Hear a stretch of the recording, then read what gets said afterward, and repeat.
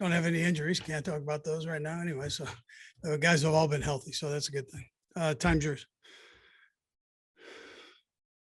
Let's go first to Pete Sweeney. Go ahead, Pete. Hey, Coach. My question is more about the league in this offseason as a whole. I know there's been a lot of talks about maybe in the future NFLPA, NFL trying to get rid of the offseason programming. Based upon your experience, the 2 decades plus in the league, just how important is some of these workouts to what you guys are trying to accomplish all season?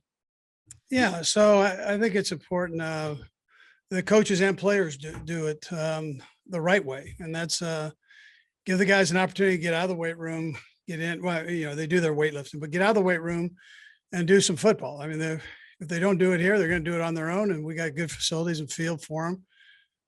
If everybody's smart with it, you can get a whole lot done.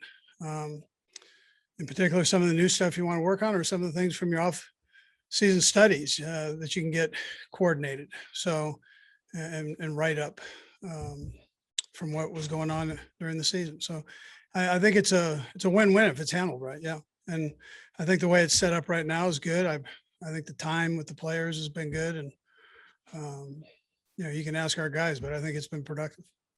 Let's go next to Herbie Tiopi. Go ahead, Herbie. Hey, Coach. Good afternoon. Here. Patrick Mahomes obviously made some headlines over the last couple of days. A 20-0 prediction. What was your reaction when you heard about that prediction? Well, I saw the whole thing just by chance. I normally don't see those things, but I did see that one. And he was asked, what would be a great challenge for him, and to work for. And so, 20-0 made sense. But I mean, it's he wasn't boasting about it.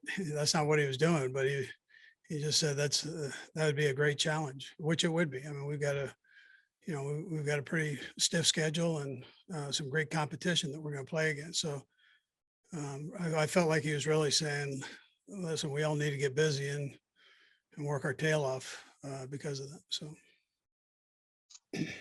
next to Vahe. Go ahead, Vahe. Hey there, Andy. All right, Vahe. Just really along the same lines. In general, do you either like or dislike having things like that said to sort of create a bar and a standard? Do you find things like that drive some juice? Well, yeah, I really didn't see it that way. I mean, listen, there's nobody that's more competitive and wants new challenges than he does. That's a great one. I mean, that hasn't been done with that many games. So, okay, but he didn't mean it in any way where he was doing that. I have full trust in him that way. So that's just not how he's wired. But it's a good challenge. It's a good challenge for sure, Vahe. Let's go next to Matt McMullen. Go ahead, Matt. Hey, Coach. So last week you got the guys out in the field, in the building. They got to go home and digest that stuff. Now they're back this week. Just what stood out about practice this week and what you guys were able to accomplish on the field? Yeah, listen, these guys, they work hard. They have fun together. They challenge each other as much as you can challenge in these type of things. We're just throwing the football. I mean, we're not doing the run game or anything and knocking people all over the place. That's not what's going on right now. So I think they have fun with it. And if they weren't doing it here, I'm sure they'd be doing it somewhere else. And that's how they've approached it. And so we've had great attendance at these things. And like I said, they're not mandatory. I mean, if a guy has something he's got to do, they go do it, and then they come back and jump back in and do, and get busy. So I think it's been productive. Yeah. Had a good week. Got time for a few more. We'll go right down the line, starting with Sarin. Go ahead, Sarin. Coach, could you just give us an update on how things are going as far as COVID related? Is it getting back? A lot of people are kind of getting closer to normal. Does this feel like a normal practice, and how much more productive are you able to be if, you're getting more and more guys vaccinated? Yeah, sir. So we're testing, we test once a week and do that. And we've had a good, our numbers are trending way up with, compared with the other teams. We're right there. One of the top teams with having vaccinations, and it's not a pressure. You don't sit here as an organization and pressure these guys. It's something that they want to do.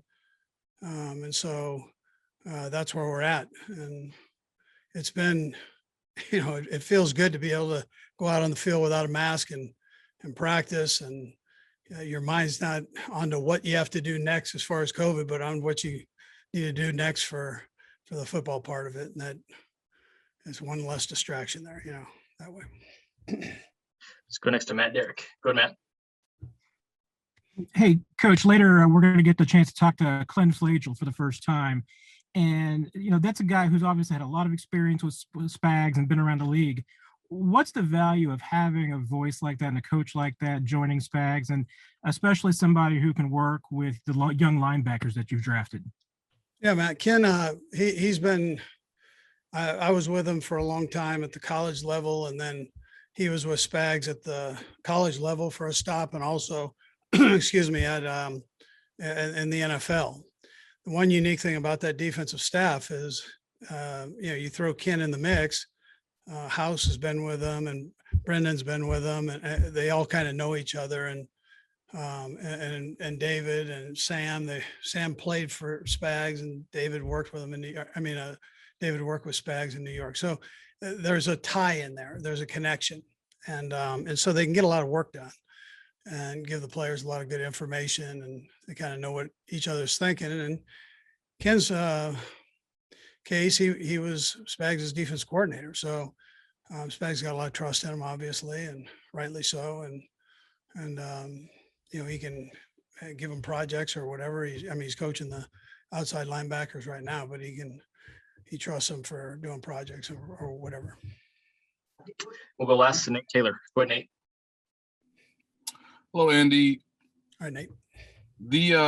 I know it's week 2 of OTAs, but to see the chemistry between Patrick and the new offensive line, just what have you noticed, and whether that's in the classroom or on the field? Yeah, so the big guys are working their tail off to kind of knock out some of the kinks and learn the offense, learn the protections. Coach Heck does a great job with that, and he's loaded them up with stuff. So we don't want to step back. You want to keep going forward. And then Spags, he's got every look that you can imagine to work on. So I think that way it's great from a protection standpoint. We're not doing any run against the defense, so they're doing that all against Bags, and so it's recognition things there. But I think they're handling it. They're handling it well, and they seem to be talking and communicating. And again, there's some things we got to keep working on, but I would expect that. Yeah. Coach, we appreciate the time. Thanks for joining us. Okay. Thank you. Yep.